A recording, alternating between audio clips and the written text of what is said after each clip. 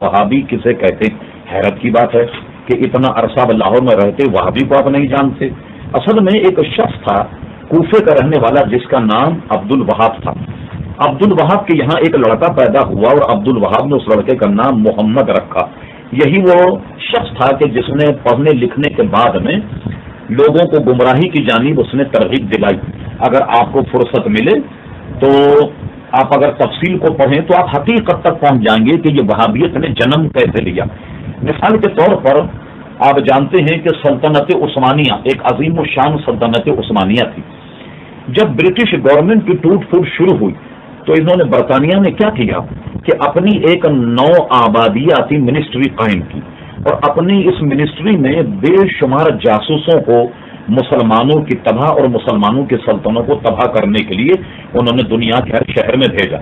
इसी तरीके से उन जासूसों में एक जासूस का नाम हमफ्रे, आप किताब को मुलाहिजा फरमाइए, वो कई जबानों में छप चुकी।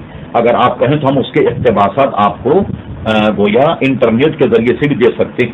हमफ्रे ने अपने एतराफात में जो जो उसने मजालिम ढाए, मुसलमानों की कैसे जासूसी की, सल्तनत इस्लामिया को कैसे तोड़ा, कैसे उसने अरबी पढ़ी, कैसे उसने इस्तांबुल में रहकर एक शेख से तुर्की जबान सीखी, उसको अगर आप पढ़ें तो उसने बड़ी तफसील से लिखा कि मैं इराक गया और इराक में मेरी मुलाकात मोहम्मद बिन अब्दुल वहाब से हुई। मैंने मोहम्मद बिन अब्दुल वहाब पर यह गुफ्तगू की कि शराब जो है वो हराम नहीं, और मैंने उसको कुरान मजीद और हदीस से ये साबित कर दिया कि शराब हराम नहीं, और उसको मैंने शराब पिलाई।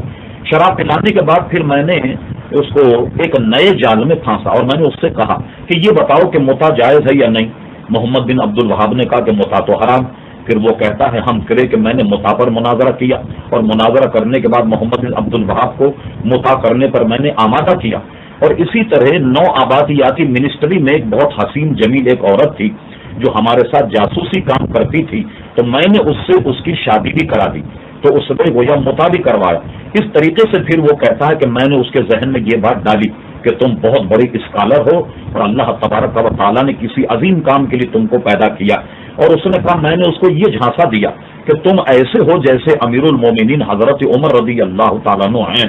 और इस तरीके से गुब्बारे ने हवा भरने के बाद अंग्रेजों ने उसको नस्र की सरजमीन पर लाकर इस्तेमाल किया।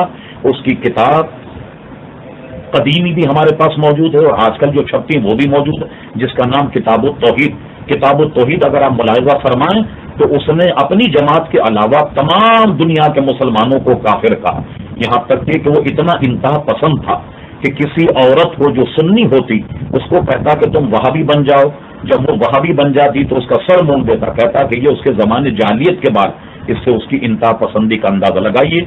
अल्लामा इब्ने आबिदीन इब्ने शामी, जिनकी फकरी की किताब इब्ने शामी से कोई दारुल इफ्ताबी मुस्तगनी नहीं हो सकता, अल्लामा शामी ने अपने मुकदमे में भी उसका जिक्र फरमाया। एक मशहूर हदीस है कि नबी करीम सल्लल्लाहु अलैहि वसल्लम माले गनीमत तकसीम फरमा रहे, एक कमबख्त मुनाफिक खड़ा हुआ और उसने ये अपने तई देखा कि मुझे शायद कम माल मिला।